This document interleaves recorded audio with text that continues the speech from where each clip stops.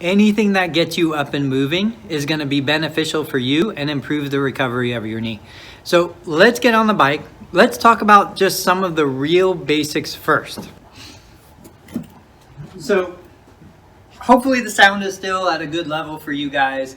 But the seat height, the benefit to an upright bike is you can set the seat higher than you normally would to allow yourself to get a little more extension and maybe a little less flexion at the top.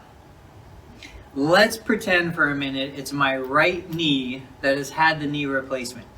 Getting on and off the bike is probably the most kind of important part of using the bike, because tripping and falling while you're getting on or off the bike is the biggest risk for further injury. So you want to do it as safely as possible. So if it was my right knee that was involved, usually what I would do is I would get the right pedal down to the bottom.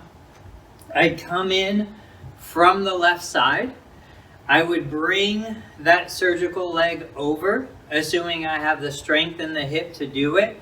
I'd kind of come in here. I might get on the seat and put that surgical leg on first. Now I can put my non-surgical foot up, and this is where we begin just kind of the rocking action. So I can go, if you imagine this is a clock, the pedal at the bottom would be 6 o'clock. So I can come up to the 3 o'clock position, come around to the 9 o'clock position, the 8 o'clock position, but I'm just working this back and forth. The upright bike, as I mentioned, allows you to raise the seat. So let's say, for example, I get here and I can't even get to 6 o'clock because to 3 o'clock because my knee is so tight. Again, assuming this is my surgical leg, what I would do is I would take it off the pedal. I'd come down on my non-surgical leg. I would raise the seat, bring that surgical leg back over, and let's give it a shot a little bit higher. And so now I don't need as much knee flexion to get to 3 o'clock or to that 9 o'clock position. Other ways you can kind of manipulate and control the situation is I might put my heel on the pedal. This way, it kind of functionally makes that leg a little bit shorter and allows me to cheat. I could also lean or hip hike on the right side until I have the range of motion that would allow me to make a full revolution without compensation.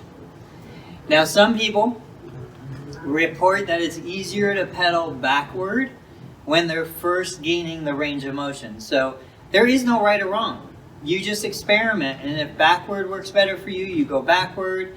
If forward works better for you, you go forward.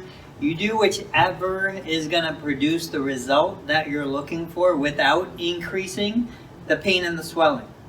The purpose of this is not to push as hard as you can. The purpose of this is to just get the tissue moving. The other part is it gets your hip working, it gets your ankle working. In an ideal scenario, I would have more of the ball of my foot on the pedal, and I would actually focus on kind of pointing down on the toe at the bottom and allowing the ankle to flex at the top. So I've got that ankle pumping action, I've got the knee flexion extension, I've got the hip motion. My trunk is relatively stable and secure. You can lean forward or not, whatever's comfortable for you. Let's say, for example, you have access to an upright bike, but maybe you just don't feel safe on an upright bike just yet. A little trick that if you've been in physical therapy, you've probably seen before, is to grab a chair. You can place the chair behind the bike, and you can turn your upright bike into a recumbent bike. And so whether I slide the chair forward or I slide the bike back, now I can put my leg up there. So remember, this is the surgical side, put the non-surgical side, and all of a sudden now I've got a recumbent bike. I can use this, control my distance. I can kind of slouch a little bit to give myself a little more reach if I just don't have the range of motion yet. And then once I do, I can start reverse revolution, and then progress to a forward revolution, and do all the same kind of things you did on the traditional recumbent, but now I'm just sitting in a stationary chair. It could be a chair, it could be a couch, it could be anything that you have that's stable and available to you. Finally, after you do your cycling, I usually like to stretch the calf and work on that knee extension a little bit. And so you guys have seen these before. This one's orange. Usually I get the black ones, but I throw a little wedge behind the bike. I put my toe at the top, my heel on the floor. And really what I'm focusing on is that knee extension along with my hip extension. Hip extension, knee extension, ankle flexion. We'll hold this position 30 seconds to a minute, and then we'll switch. We always want to work the non-surgical side as well, because I promise you that you're probably working that non-surgical side as much or more while the surgical side recovers. So go ahead and hit both sides, 30 seconds to a minute, 2 to 3 rounds per episode. That is my kind of how-to when we're talking about using a stationary cycle.